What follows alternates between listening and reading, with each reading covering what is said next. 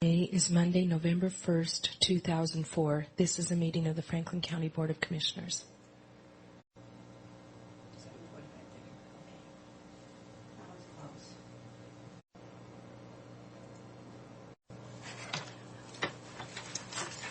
It is 9 o'clock. I move for approval of the consent agenda. I'll second the motion. Okay, all in favor? Aye.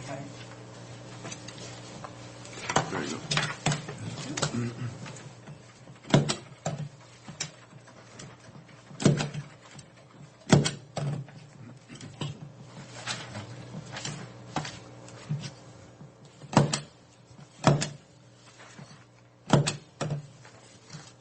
It's good to have you with us this morning.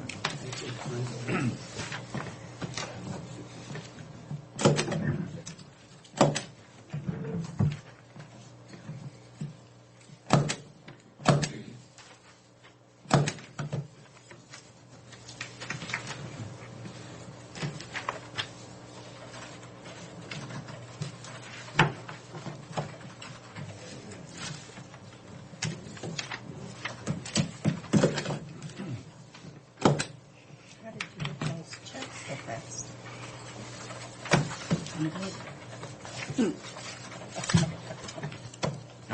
Outside of being so extremely modest. I know who does them. It's nice to know the people in the know, huh? I guess. Well, especially when I got 2 signatures on them.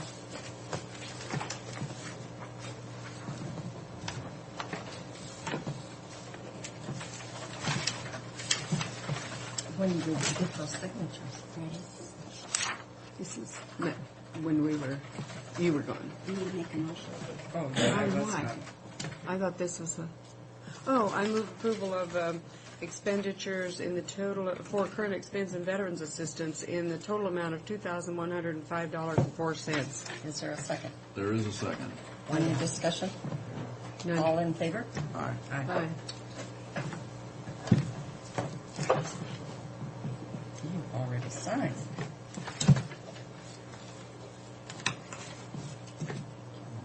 Normal reaction. If asked in favor, I sign it. I do want you to know I did hold back one that our HR person asked us to present to you this morning for your signature, and I'm sure you would have signed it without even reading it. Oh, I like that, Pat.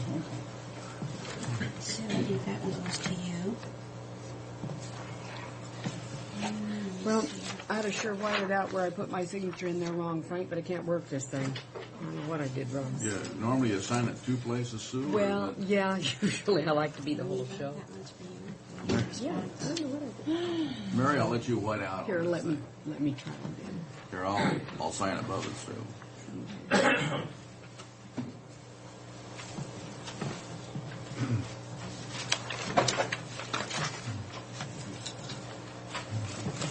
Oh.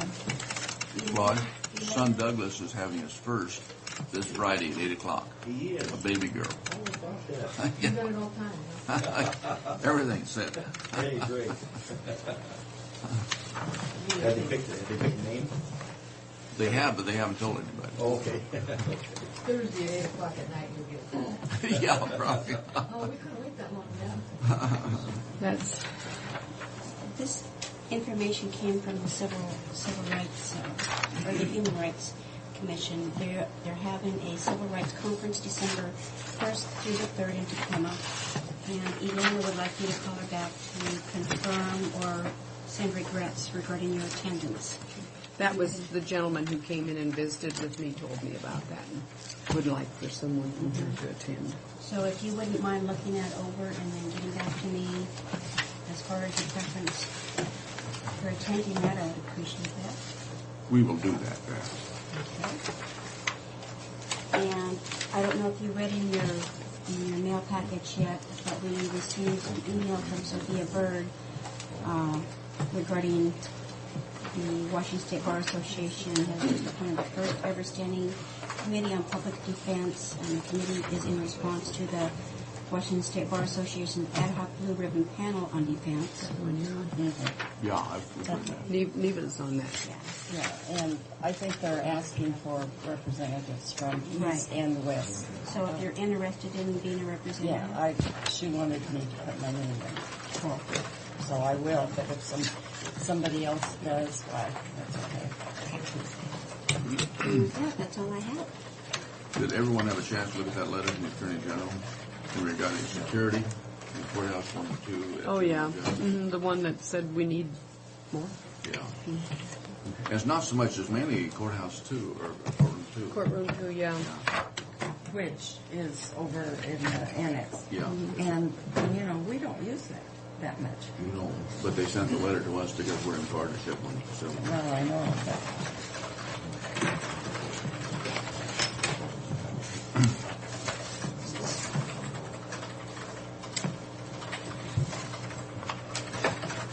that J-Bug money, they went ahead and funded Benton Franklin Juvenile Drug Court. Yeah, I saw that.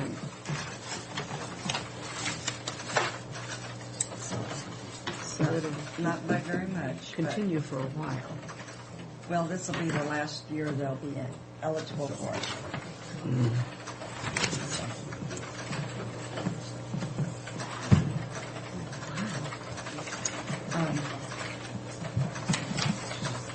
Did you get hold of it?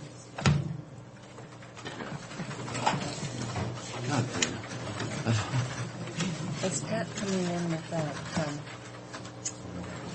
that lady that's coming in at 9:15? Oh, Pat Hector? Peggy Hacker. Peggy Hicks. I don't think Pat was going to come in with her. You're that lady? Come in here to see us. Oh, Why there don't we she start is. early? Oh, why don't we go ahead and start with you, Peggy? We have her in a hearing. We thought you were just part of the crowd out there.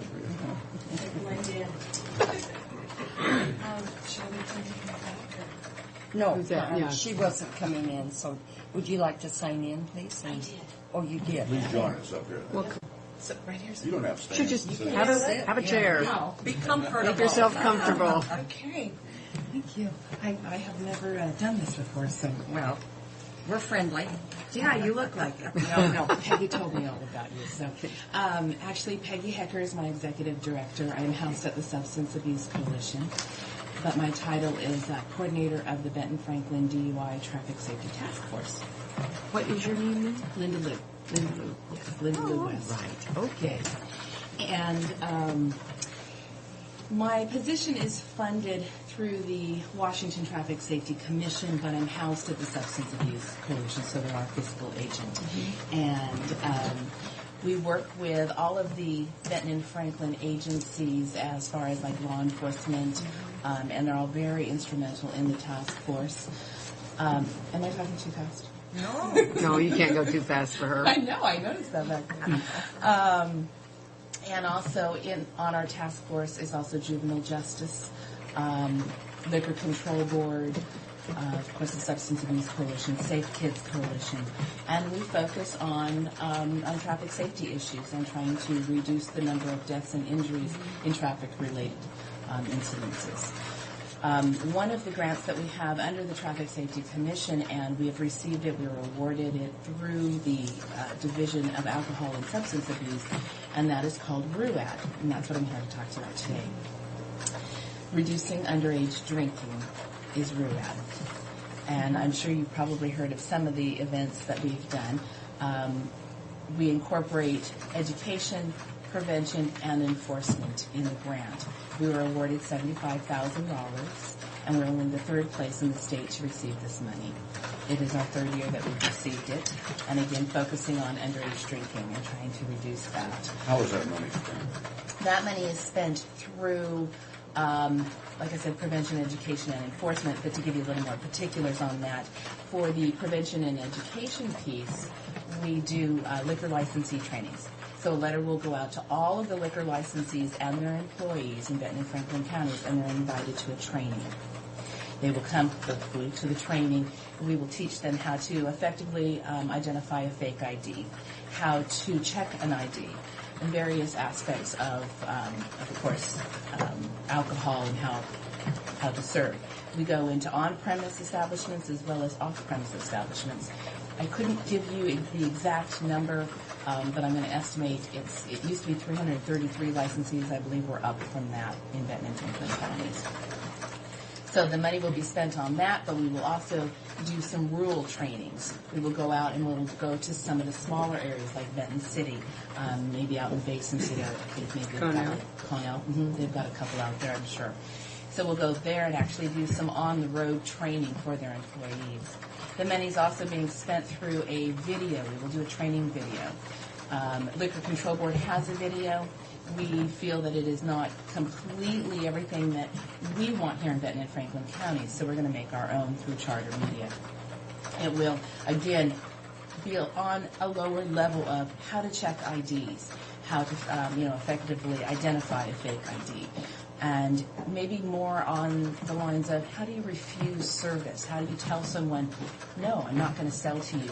A lot of people have a difficult time. Clerks have a difficult time. Let's say if it's a woman clerk and it's a male who's been drinking, he's intoxicated, and she doesn't want to serve him. She shouldn't be serving him. How does she handle that exactly? And so the video will try to cover that.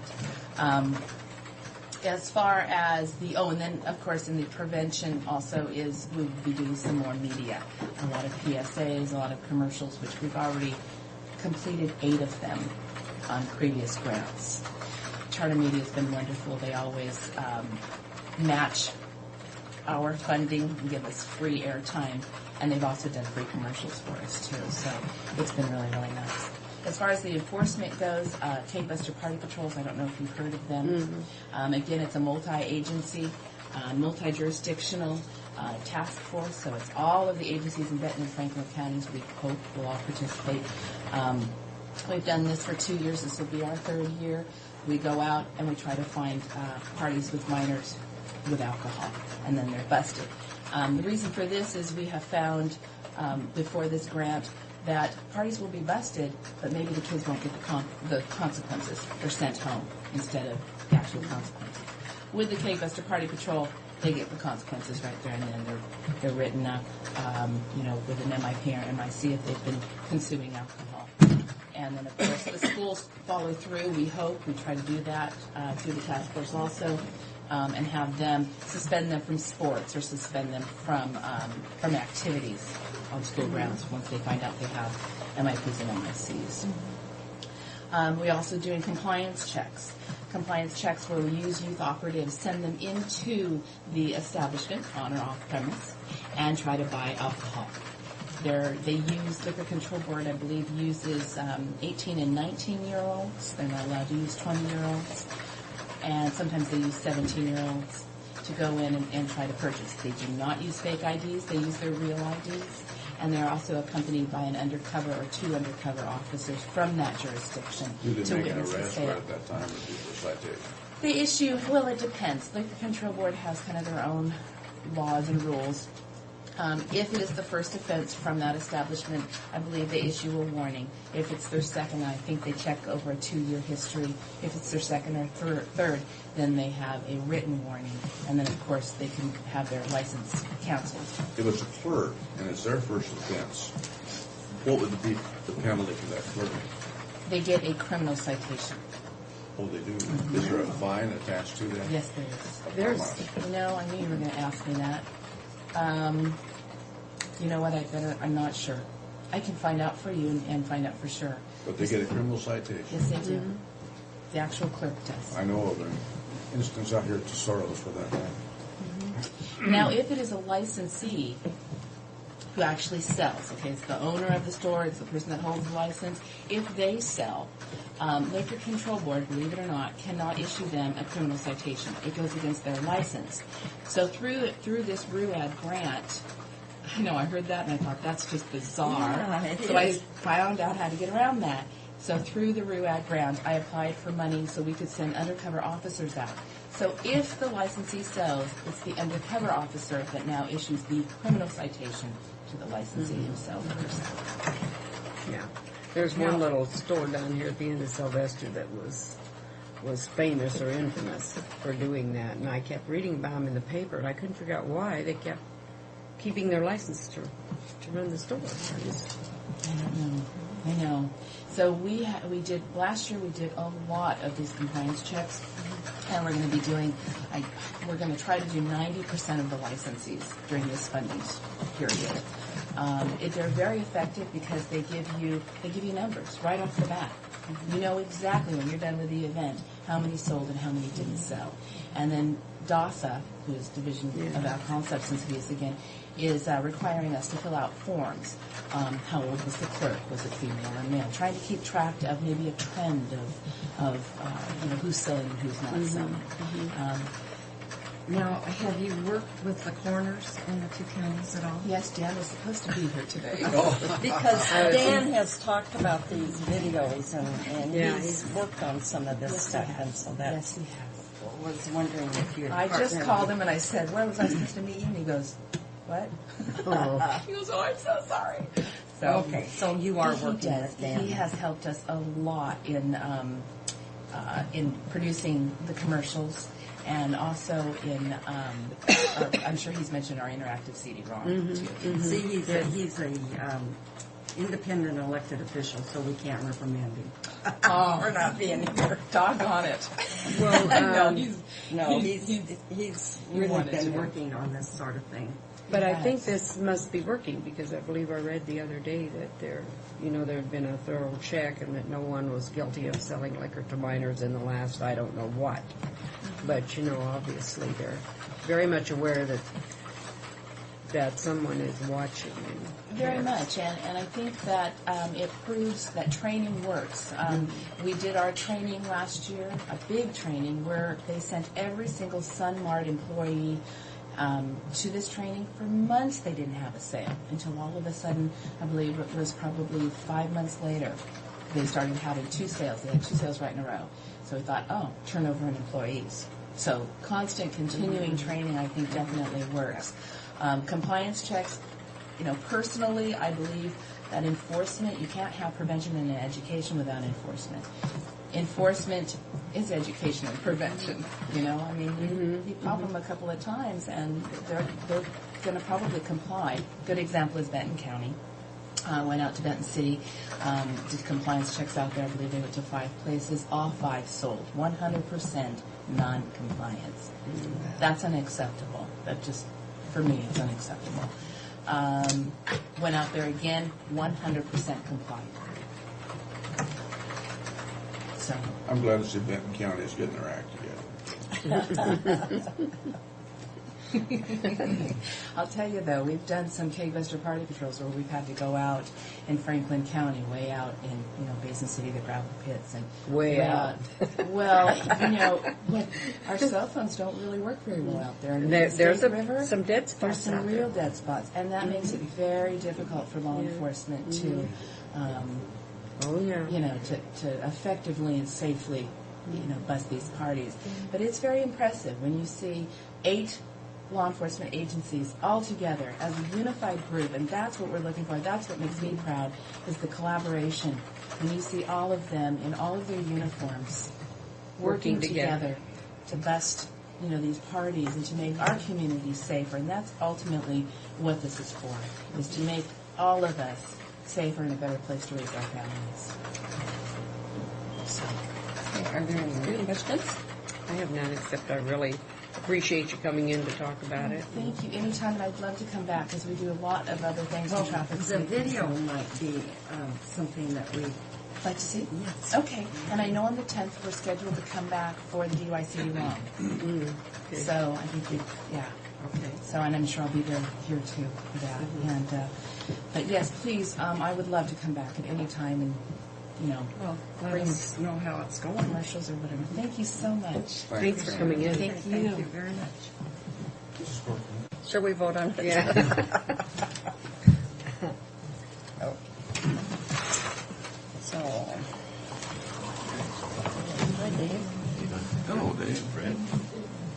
He didn't say hello to me. Pardon me? Fine. That's just fine. He didn't say hello to me. That's fine. Oh. What did you speak? I didn't speak quickly enough. Oh.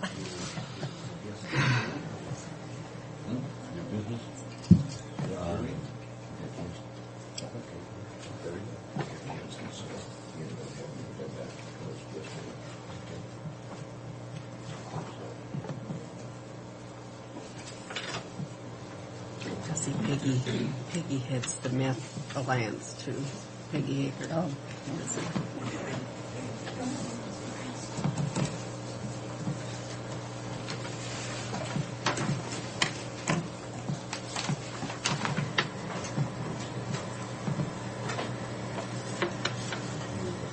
You have a lot in your session.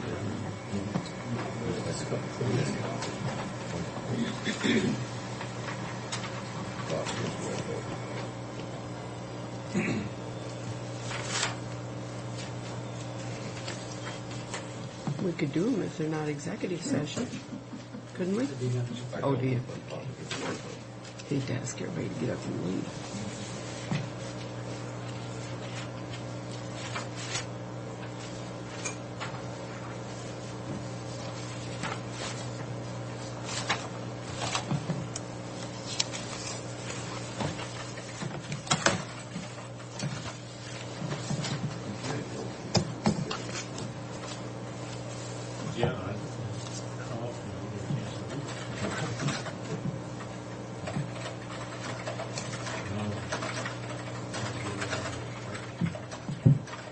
Did you have lots of tricks or treaters at your house? No, not very many.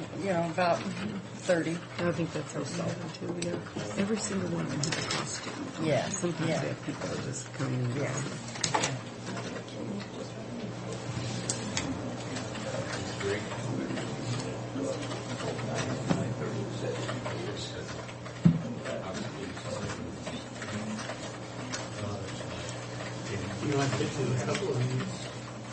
Let's do them. We have time. Madam Chair, is that? Yep, that's okay.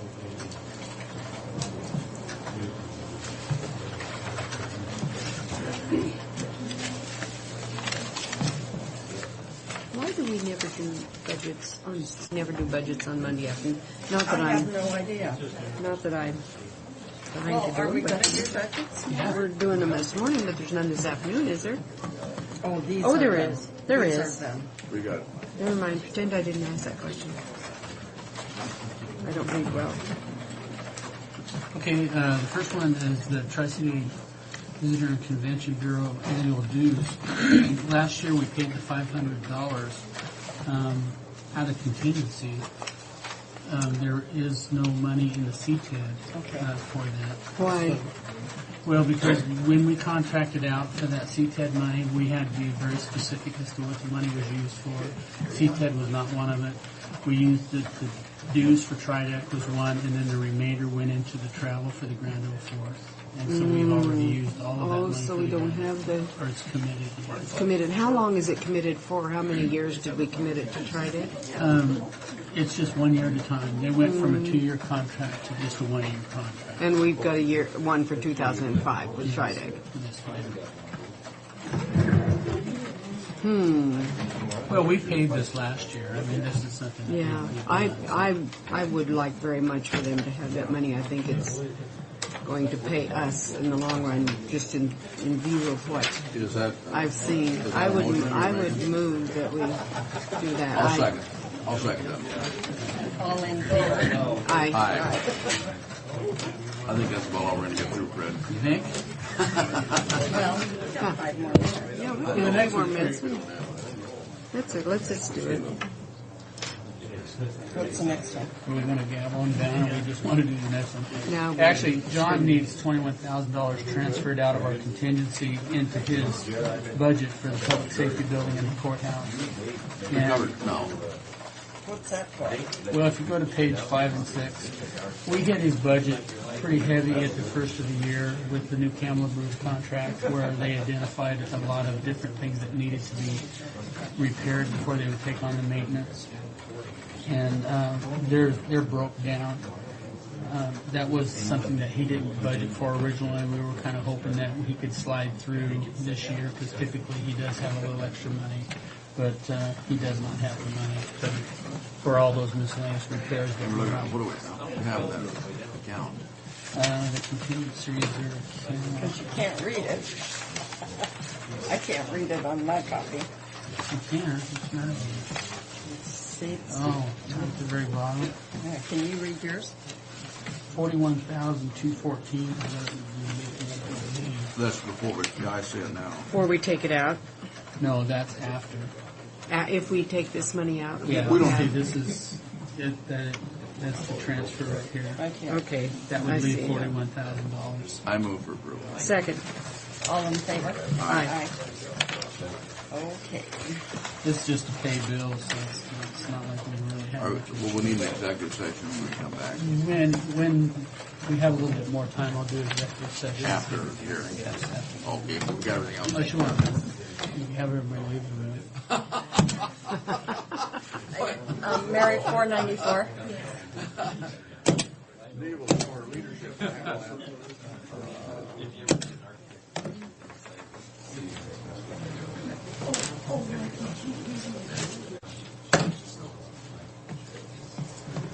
This is a public meeting, it's just due today. It's closed record, Close right here. public hearing. Greg, I want to see. Still forward, young man. We can ask questions. are we at a closed record public hearing when an appeal? Because Appeal was received. and because an appeal was received. Absolutely. Okay. So I can read these rules off. Yeah, and then Jared can come over to Pardon me? Jared will kind of talk about it too. He'll give us our options. We work on options here. Oh, I see.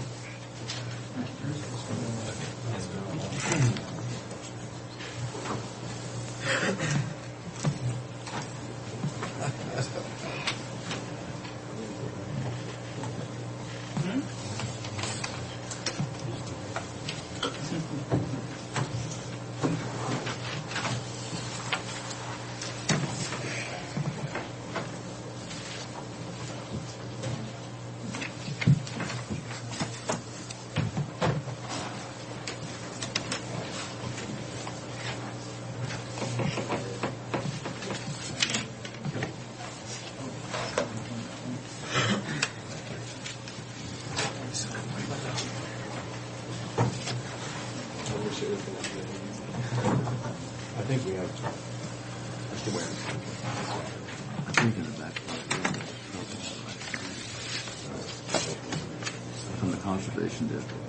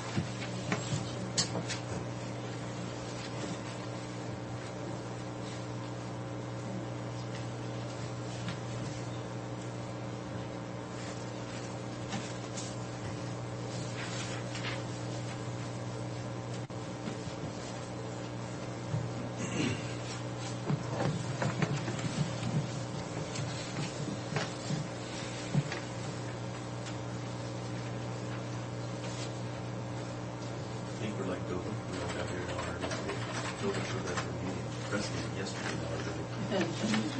After we lost on Saturday. Our fearless leader. Mary, has everyone signed in?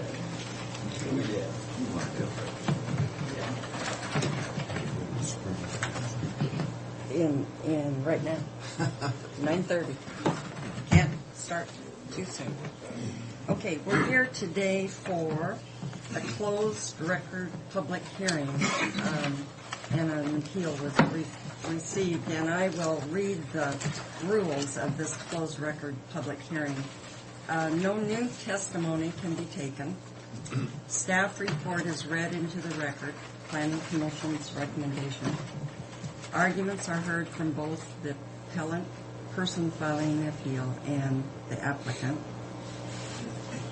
Commissioners may ask questions of persons in attendance, and commissioners can agree with or alter the Planning Commission's recommendation. We're here this morning with Commissioner Brock, Corcoran, and Miller, with Mary Withers, our clerk of the board, our planners, Jared McPherson, Greg Wendt, and our administrator, Fred Bowen, and several people in the audience. And with that, I will turn it over. Well, I was just going to make a statement that this is kind of an unusual thing that doesn't happen too often, and the way this operates, the best I can explain it is like closing arguments in front of a jury, basically. So the appellant will have a chance to summarize their thoughts on it, and the applicant, just to keep people be able to speak. The commissioners, again, can ask questions of people in the audience, and that's how it shall proceed. This is an application for conditional use permit to operate an 8,000 head count feedlot that exceeds the maximum head count size of 1,000 allowed as a permitted use in our agricultural zone. This application amends and enlarges previously approved conditional use permit 99-10. CUP 99-10 granted approval to a 1,500 to 4,000 head count dairy operation. The amendment proposes to add a maximum feedlot size of 8,000 head count for the dairy operations young stock. The property is located in the agricultural production zone. The site is located at the east end of Cruise Road, south of Cruise Road, and site address 2300 Cruise Road. The Planning Commission has reviewed CUP 2004-11 at their September 7th, 2004 regularly scheduled meeting and recommended approval. This was a unanimous vote with the following 6 findings and 13 conditions that we'll discuss. The recommendation has been appealed within the required 10-day period, which is why we're here today. I'd also like to make note that in the packets handed out to the commissioners, we'd like to enter into the record the verbatim minutes from the Planning Commission's open record hearing, just to make a note of that, so we all have copies of that. This is a copy of our 2002 aerial with our parcel overlay. In this area here is the existing dairy facility. Here is where Mr. Drew is planning his proposed feedlot expansion for his young stockers dairy. This is Cruise Road, Frontier Road, Falls Road, Fenn Road. The appeal came from a neighborhood group down that lives in this series of 5-acre tracts, and it is about 2.5 miles south of the proposed feedlot expansion. You can also see Juniper Dunes up in this area, just to get you familiar with where we're at. Pasco Clovis Highway, some more 5-acre tracts south of PK Highway, off of Ice Harbor Drive and so forth. So, again, the proposed feedlot expansion, this is the Smith Canyon Wasteway through here, and this is where the appeal was received from. And Greg's going to walk through some of the conditions. The findings are shown in the action summary. I'll kind of touch on a couple of the conditions. Condition number 1 is essentially the description that I just read into the record. Condition number 2 talks about the requirement that the applicant shall meet and comply with the odor and fly control guidelines adopted by County Resolution 2001-238. We're asking that they comply with this as part of their nutrient management plan and submit a copy to the county. 3, a mitigated DNS has been issued for this as part of the CEQA review. 4, the Benton Franklin Health Department has requested that the applicant do a groundwater assessment be completed as part of this project. Number 5, that the applicant shall meet the necessary standards for a dairy nutrient management plan for this operation. 6, that they comply with the federal and state guidelines at all times, including the Washington State Department of Agricultural guidelines. They are the ones who require the applicant that they do the dairy nutrient management plan. 7, comply with the building division requirements. 8, comply with the public works requirements for roads. 9, comply with the water resource requirements of the Department of Ecology. They've submitted a letter. 10, comply with the Fire District 3 requirements for defensible space. 11, once again, driveway access for the fire marshal requirements. So with that, we are recommending approval. The Planning Commission is recommending approval. We are requesting that the dairy nutrient management plan be completed, as well as going above the state requirements, requesting that a groundwater assessment be done, as well as a dairy odor and blight control plan. With that, we're ready. And also, I'd like to, there were representatives at the open record hearing with the Planning Commission from the Conservation District. They presented testimony on description of what a nutrient management plan is and what it does in general. If the board would like to entertain, I think Heather Wendt is here if she'd like to give the board a little briefing on what a nutrient management plan is. I personally would like it. Yes. Heather? Good morning.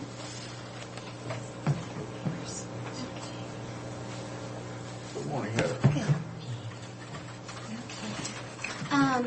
My name is Heather Wendt. I'm a resource conservationist for the Franklin Conservation District, for those of you know. A nutrient management plan, state law, RCW 9064, regulates dairies, and it requires them to have a nutrient management plan. The nutrient management plan takes a comprehensive look at everything on the dairy related to how much manure is going to be produced in wastewater. It looks at how that is going to be transferred to storage, how it's going to be stored safely, and then it looks at how it's going to be applied to crop fields at agronomic rates, so to meet the crop needs for nutrients. It's very complex. It's very time-consuming to write one of these plans. In fact, it can take as much as 6 months to a year. And so if you have any specific questions in regards to nutrient management plans, I can certainly address those. But it's a very comprehensive, prolonged process. We work very closely with the dairy operator to make sure that the whole purpose is to prevent contamination of surface and groundwater. Heather, all dairies are required to have this nutrient management plan. As of what date now? Okay. The way that the state law was written, dairies had to have a nutrient management plan written by July of 2002, I believe. The plans then had to be certified by December 31st of 2003. Those are for existing dairies. Now, the certification process is where the Conservation District goes back, and they look to see if the plan has been completely implemented. Mr. DeRuiter actually has the distinction of being the first dairy in the county to receive certification a full 2 years and 2 months prior to the actual deadline. I think his plan was certified in 2001. So we went out, we looked at his record keeping. Dairies are required by law to keep 3 years' worth of their records to make sure that they're in compliance. The enforcement for the dairy law is actually the Department of Agriculture. They have their own inspectors, and they go out to ensure annual compliance with the nutrient management plan. So there is a process in place to ensure that the dairies are continuing to comply with the regulations. It's not just the Conservation District going out once, looking at the records and making sure they're doing it. There's an annual compliance in place by the Department of Agriculture. So they go out and they look every year. Are these plans based strictly on volume of cattle, or also the acreage that they have entered into it? Everything enters into it. We look at the number of animals and how much waste is going to be produced, and then we actually do calculations based on the nutrient value of that manure and the crops that are going to be grown to make sure that they have enough acreage. Now, if they don't have enough acreage, then they have to go out and secure what we call off-site agreements. So they have to have in writing an agreement from other parties saying that they're going to take that manure and apply it again at agronomic rates to meet the crop needs so that we're not causing any potential pollution problems. So not only State Department of Ag, but the Department of Ecology, and also Conservation District. All three of those agencies have a role in making sure that this CUP is in compliance at all times. Well, the Department of Ecology was in charge. That has been now transferred to the Department of Agriculture. But aren't they in charge of the groundwater and the wells? They do have a role in general water quality. You're absolutely correct. But as far as the actual enforcement of the nutrient management plan, that has now fallen on the Department of Agriculture. And they have dairy inspectors. That is their sole job, is to go out and ensure compliance. Now, if at any point in time that dairy inspector says that the nutrient management plan is not sufficient, if something comes up, dairies are constantly changing. Normally the dairymen are very good about coming in and addressing any additional issues. But if there's ever a condition out there on site that needs to be addressed, then the Department of Agriculture comes to the Conservation District and the dairyman and says, you need to revise that plan. And so there's definitely controls that are in place to ensure continual compliance. One of the things that's addressed in this nutrient management plan is it the leaching process. Yes. Where you see and nitrogen is the nutrient of concern. We all know that we have high nitrates in our drinking water in Franklin County and in other counties as well. And what we've learned is that most of those, the major contributor is through irrigated grounds. We're lucky. We live in the desert. Okay, we don't have very much precipitation, and we need to transport some way for the nitrogen to be transported, to be moved down into the groundwater, and we see that on our irrigated lands. And so in the nutrient management plan, we actually require something called irrigation water management. And that is where the dairyman is required to go out and put probes, moisture probes, down in the soil and to monitor where the moisture, where the water is at in the soil profile to make sure that the nutrients aren't being pushed down past the crop roots. Because once nitrogen goes down past the crop rooting zone, it's gone. It's going to the groundwater. And so we do have a mechanism of evaluation in place to ensure that that does not happen through the irrigation water management program. Well, what's the consequences if that does happen? The consequences, potential contamination of the groundwater. But I'm saying to the dairy. What is there any fines or shutting down the dairy or anything like that? The Department of Agriculture would be the one to specifically answer to that question. But yes, they would be liable to answer to the Department of Agriculture and any enforcement actions that they would take. I have no more questions. Do you? No, I've read all this information, and I had some questions, and they've pretty well all been answered with the discussions and the answers that are in here. I just wanted to make one comment in regard to that being pushed down below crop roots, is that there are different crops that can be planted that can reclaim that nitrogen that's at a deeper level. And this is one of the things that the Guama has dealt with, is putting in deep rooted crops that do pick up those blocks of nitrogen.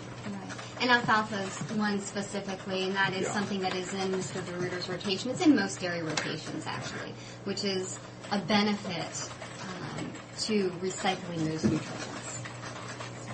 Hey, Heather, thank you. Thanks, Heather. So I think we're at the point where it's the appellant and then the applicant have the opportunity to. Who is the spokesperson for the appellant? I am.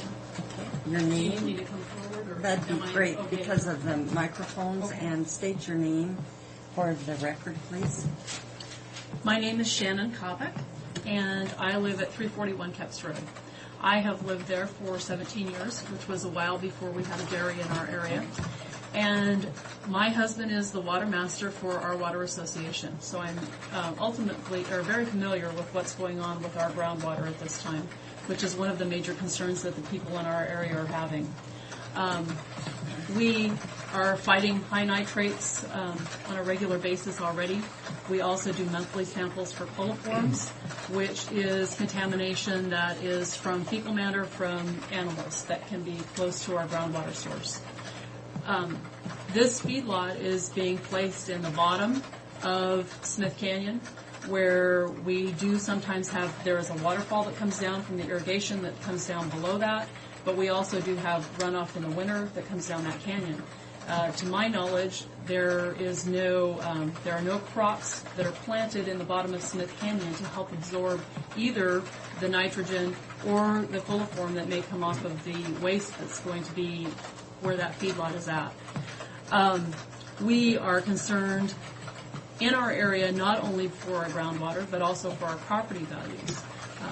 My husband and I, as I said, have lived there for 17 years. There are people that have lived in that area for 30 years. And if we desire to sell our property at some point in time, how is this going to affect our property values if we're having trouble with our groundwater? And the questions that we have is, who is going to help us if, for example, there is some sort of an accident? I'm not saying that there's going to be any intentional abuse of what's going on there, but if there's an accident with the waste, or we have a year that has extreme runoff, and quite frankly, we have seen in the time that I have lived there, water running down Smith Canyon, clear down to the river in the wintertime, who is going to help with our groundwater problems at that point in time? Those are questions that we have. We also are getting odor problems from the dairy. We are not upwind of the dairy. We are actually, we're not downwind from the dairy. We are below we're from where the prevailing wind comes normally. But what happens in the summertime is we are down canyon, so we're down air drainage. So at night, in the summertime, when we have a nice kind of north breeze that comes down the canyon, we get a significant amount of odor from the dairy. Not all of the time, some of the time. It's strong enough so that when I wake up in the morning, I would be willing to tell you that I had cows living on my front lawn, which I don't have. The people that live in my area are not wild people that are against living in the farming community. We've lived there for years, haven't had problems with what's going on. I moved into a farming community. I knew it was a farming community. I didn't move into a community where there was a dairy. The dairy came in a few years ago. We were not even notified that there was going to be a dairy there because we are beyond the notification zone, which I'm aware of. I've spoken to both of the planning commission people, or planners, Greg and Jared, about the notification area. We're well beyond that area. But we still are getting effects of smell from the dairy. How long have you gotten that smell? We started getting it right after the dairy went in, as far as probably 2 or 3 years now that we've been getting smell. We get it in the summertime. We also get it in the wintertime. We don't notice it as much in the wintertime. I'm a person that doesn't run my air conditioner in the summer at night if I can help it, because we've always had a nice breeze that comes down the canyon and cools off our house. We don't need to run our air conditioner. But with what's happening with the smell from the dairy now, we get that quite a bit in the summertime. I don't notice it so much in the wintertime. I notice it a little bit when I'm outdoors sometimes in the winter, but it's predominantly in the summertime that we're receiving odor from that. Now we live, when you look at where these parcels are at, our property is this piece of property right here. So we are on the close end to where the feedlot and the dairy are from the other homes that are in that area.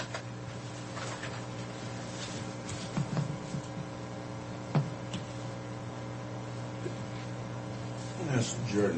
Jared, is there a feedlot in that area anywhere out there? Another feedlot close? There is the used feedlot just to the west. Where would that be on the map? Could you point that out? Dave, can you? About here. Okay. If you extended the map due west. I think you can see some of the this right here is some of the used lanes through here, so it's just off the map. How far is that away? How many miles? Let's see, 1, 2, 3, 4 miles. It's about 4 miles to the west. And where are those Foster Wells circles that? They're right in through here. Those are the Foster Well circles that bring out effluent from the past the wastewater. Okay.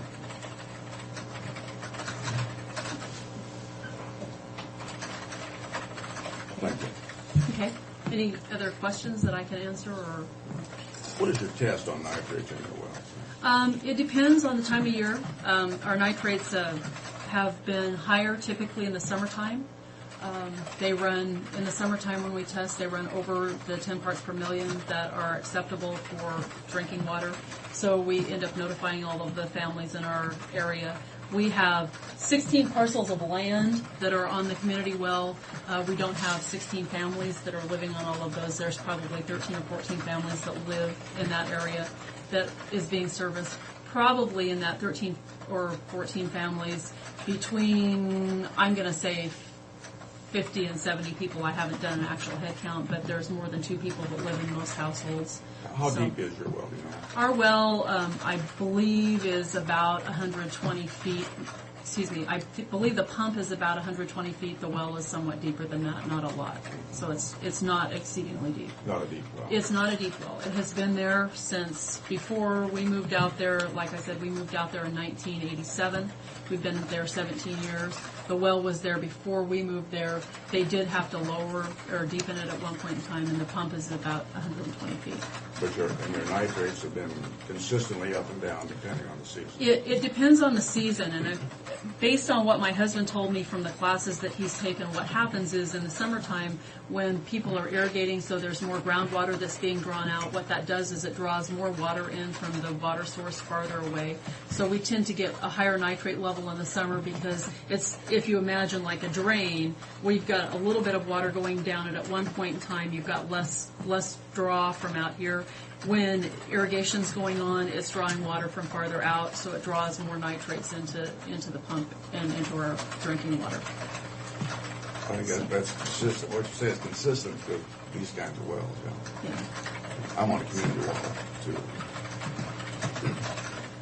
I guess the main thing that we're concerned with is if with 8,000 head more going in, I understand that the dairy has 4,000 head of cattle there right now. And if there is another 8,000 head that's allowed to be put on that, how is that Could going I to affect clarify her? that? Isn't it an additional 4,000 to the 8,000 number? Is it a... The dairy has approval for 4,000 head for his milking operation. He's seeking an additional 8,000 for the... An actual 8,000, so it'd be...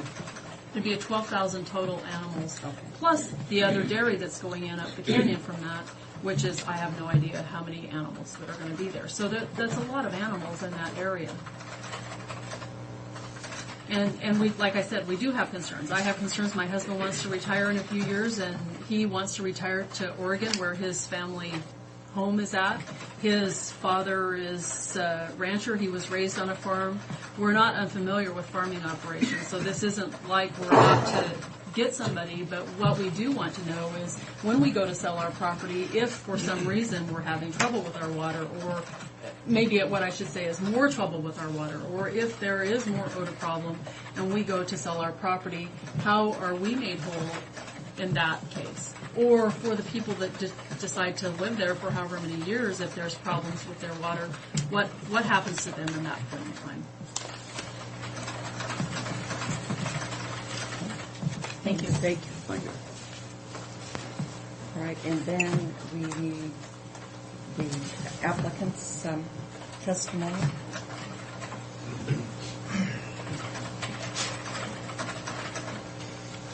Want to see you. How you doing? Do I need to introduce myself then? Yeah, for the record. I'm Steve DeRuiter, live at 2300 Cruise Road in Pasco. Nice to meet you. Nice to meet you. I'm the operator of the dairy operation. I don't know where to start. I take it personally, the threat of people thinking that their houses will be contaminated. I have a couple wells on that property of our own. You will not find bottled water. You will not find water filters. I have all the confidence. I've lived on a farm all my life with wells on the farm. The Conservation District has plans we follow. And in all confidence, manure is getting a bad rap here. But many professionals will tell you it moves through the soil so much slower if it does move. Our biggest struggle when we apply effluent to fields is just to get it to even penetrate the ground because it wants to seal. And that's our biggest struggle we have out there when we try to get rid of the fluent, is sealing the ground off because it just doesn't want to go in. This operation is not located at the bottom of Smith Canyon. It's up on a shelf. If Smith Canyon does flood, my neighbor up above, Kevin Holzer's house, will have problems because it's located in the bottom of the canyon. So his house must get flooded, but he's never told me about it. We plan to run a very clean operation out there. The name feedlot in this association, I'd like to say, is a little different. The Holstein cow or heifer we're trying to raise is basically raised on a hay diet. We use just some wheat dust as a grain. That is it. And a small amount of corn or silage to bind it. Thus, the odors are completely different if you want to compare it to, say, a Wallula situation with a large commercial feedlot where it feeds all grains and potato waste. Not that really matters to the commissioners, but I just want to get an education that we're talking about a different product. Flies are an issue that we always have to maintain. I live there. I can tell you the flies are less now at my house than before we moved in that house a year before the dairy was built. There's less flies there now than there was when we built there. Bugs have always been an issue. I was really sick when I moved down there thinking I'd never be able to live outside, but because the bugs are so thick. If you look at the map up there, you'll see the wetlands between the KEPS and our facility there. That's all wetlands, and that's caused from the South Columbia Basin Irrigation District. They drain their water into that.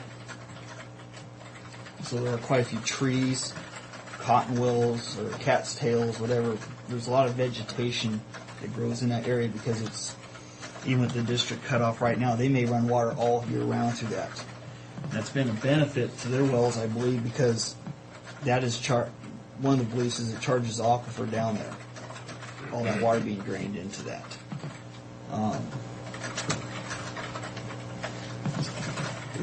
My goal here is to make sure that those people aren't affected. They're addressing the water issue. I'm completely confident is not there. Our house had high nitrates. It's amazing. Franklin County had a high nitrate problem before Steve Urda moved down here 4 years ago. We were not required at the time to line our lagoons, but for an insurance policy so nobody could point their finger at us, we lined them anyways just to play it safe, because I did not want somebody to come back a year later and say, oh, your lagoon's leaking. There's plenty of studies out there that will show that it doesn't happen, but we just didn't want to take any chance. We spent the extra couple $100,000 to do that. Dust and odors. I do not want dust. Dust causes sick animals. We'll be on top of that. Odors won't do me good because those people won't go away and they'll not be satisfied. Can I guarantee it's clean potpourri all the time? I cannot guarantee that, but I do know that the wind blows considerably out of southwest most of the time, which should put them out of any harm's way.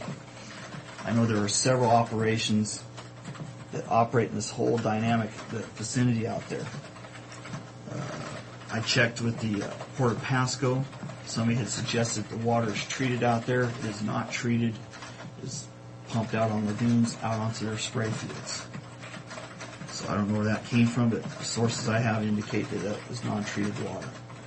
We have Wallula south of us with the paper mill. Sometimes those breeds might sneak up.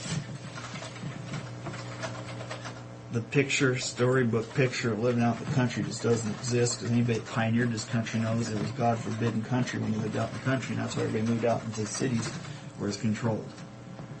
But our goals, I live out there, it's my family residence. I don't know, I'm talking too much. Do you have any questions for me? No, that's fine. It's good information. Steve, on your application, there's 370 acres in the application. I understand there's considerable more ground there. Yes. There's 1,600 total acres that we control right now, plus we have an agreement with another farmer for another 900 acres here that we solids with. Now, what is the requirement, Jared? As I understand it, his acreage more than meets the requirement even without a CUP. Is that correct? Well, the way the land use regulations are written within the zoning ordinance, the minimum lot size in the ag zone right now is 20 acres. And each 20 acres is a legal parcel of land that can have a permitted use. A permitted use being 1,000 head feedlot. So in essence, he has enough acreage to do what he wants to do without us. Now, that's my question. If done properly. Heather in the conservation district will make sure that it's not so much having enough acres, it's the using of the nutrients properly. And they're going to make sure that we are balanced with ground samples and so forth, that we're not overloading the ground and doing the leaching aspect. So if you don't have enough acres, I think that's a facade per se, the proper management. I could probably get by with only 300 acres and get the job done with the proper usage of moving manure to different farms and consolidating what we have and composting and separating. I've worked with the conservation district the last several years in this groundwater management, and this nutrient management's been a big issue in Guam. And as you know, you dealt with them too. And that should address the concerns of the folks here that all dairies have to have this, and they are monitored. They are monitored closely. We personally have been doing our own in-house moisture monitoring with potentiometers. But I think we're going to go even to professional services, just to have an independent third party out there to make things look efficient. Have that confidence possible. And what will that cost you, do you think? Oh, they charge every bit of $5 an acre to $10, depending on. But again, I can't stress. I understand their concerns. I want to be a good neighbor. But in this world, ever-changing world, like I said at the original thing, we are being forced to handle more and more cows because our overhead continues to rise, our taxes continue to go up, yet the price we get paid stays the same as 25 years ago. So it doesn't take a rocket science to figure out you got to spread it out with units, and that's what's happened with all the mergers of grocery stores and everything else in between. Well, I think, with my work with the National Association of Counties, this has been a big issue for several years, and as well as at the State Association of Counties, and we feel that with all the parameters that are put in place, that we pretty well can handle those types of facilities following the rules. And, now, I can understand people's concerns about that. However, living in almost the very north part of the county, at times we could smell the Wallula plant if the wind were just right. So I know that you're going to get some fumes from somewhere sometimes. I know that. So I can understand the concerns of your neighbors. And the feedlot. Mm-hmm. Oh, yeah. Get fumes, and I'm wondering if that isn't some of the pervading wind would bring it from the Burbank area to that area. So, Can I answer that question for you? Having lived there for 17 years, periodically, yes, we do get those heats. This is not the same smell. And the only way that I could even begin to explain that to you or to convince you of that is to have had you come out to my house during other times. This is not a time when we're having wind from the southwest. This will be on a still summer evening when we're getting the drainage that comes down Smith Canyon from the north. And it's an air drainage because they're higher than we are. So what happens is, as the air cools, it flows down the canyon. It also brings the odor with it. And that's the time that we're getting it, not when we're having wind out of the southwest or the west of us. Those are not the times that we're getting the smell.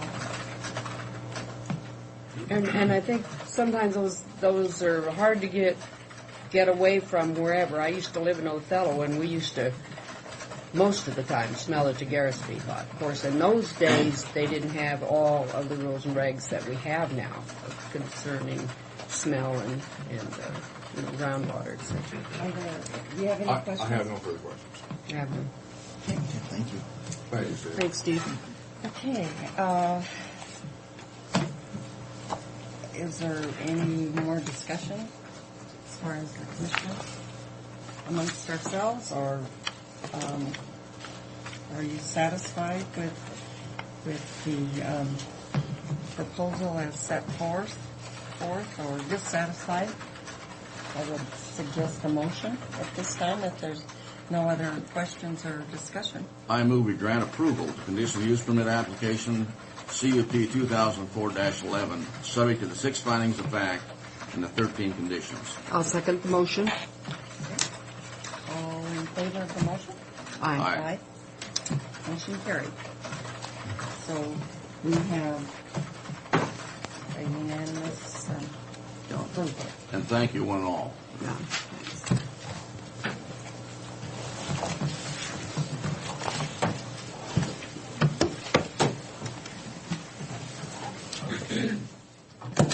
Thanks, everybody, for coming in. Yes, thank you. Steve? Steve?